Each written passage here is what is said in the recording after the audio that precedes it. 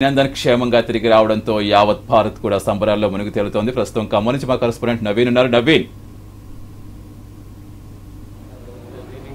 Thank you Satish. ఏదైతే అంటే 2 రోజులుగా భారత ముద్దుబిడ్డ పాకిస్తాన్ లో బందీగా ఉన్నాడో దాదాపుగా ఇండియాకి వచ్చేసాడు. మొత్తం కూడా భారతదేశం మొత్తం కూడా సంబరాలు చేసుకున్నట్టు పరిస్థితి కనబడుతుంది. అయితే కోట్లాది జనం కూడా ఎవరైతే ఉన్నారో చూడడం కోసం, ఎందుకంటే యుద్ధ వీరుడు కోసం వేల కళ్ళతో ఎదురు చూస్తున్నట్టు పరిస్థితి కనబడుతుంది. మొత్తం మాట్లాడడానికి కొంతమంది యువత ఇక్కడ ఉన్నారు. చెప్పండి, ఏదైతే బందీగా ఉన్నాడో దాదాపుగా ఇప్పుడు భారతదేశంలో అడుగు పెట్టేసాడు, ఎలా ఉంది ఫీలింగ్?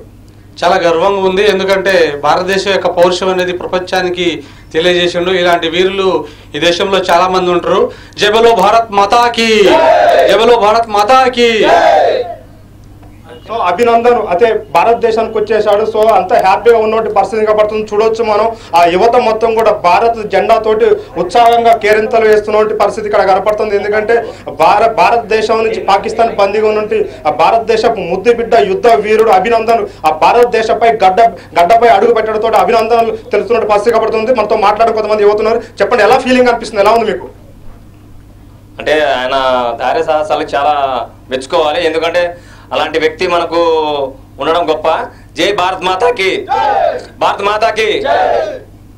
సో చూడ మొత్తం కూడా జై భారత్ అంటూ కూడా కేరింతలు వేస్తున్నారు. ఎందుకంటే యుద్ధ వీరుడు ఎక్కడ ఉన్నా కానీ సింహం అని చెప్తున్నారు. చెప్పండి, అంటే ఎలా ఉంది? అంటే ఈ రోజు 2 రోజులుగా పాకిస్తాన్ లో అంటే ఆర్మీ చేతిలో బందీగా ఉన్నట్టు మన యుద్ధ వీరుడు ఎట్టకేలకు భారతదేశంపై అడుగు పెట్టాడు. సో ఎలా అనిపిస్తుంది?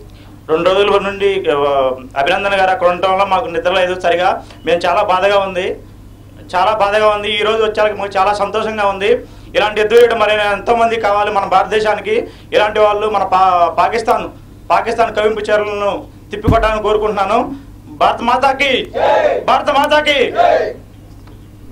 యుద్ధంలో అభిమన్యుడు బయటికి రాలేదు, కానీ ఈ అభిమన్యుడు మాత్రం యుద్ధాన్ని ఛేదించి మరి భారత వాణిపై అడుగుపెట్టి భారత మాత మొత్తం పులికించిపోతుంది. భారత్ మాతాకి, భారత్ మాతాకి, భారత్ మాతాకి, భారత్ మాతాకి.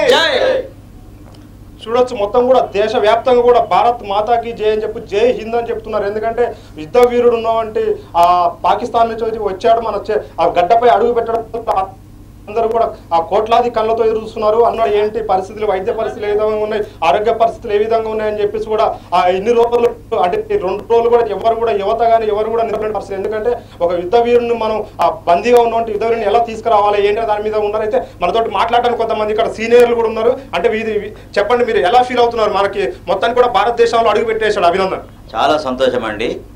అభినందన్ అంటేనే ఒక అనుభవం లాంటివాడు. ఆ అనుభవం లాంటి అతను కాబట్టి ఆ పాకిస్తాన్ అదురుకొని పంపించిందని మేము అనుకుంటున్నాం. మాకు అతను వస్తున్నందుకు మేము చాలా సంతోషపడుతున్నాం. జై భారత్ మాతాకి. సో మొత్తం కూడా ఇదే చూస్తున్నాడు, దేశవ్యాప్తంగా కూడా జై భారత్ అని చెప్తున్నట్టు పరిస్థితి కాబడుతుంది ఇక్కడ. Right, thank you Naveen.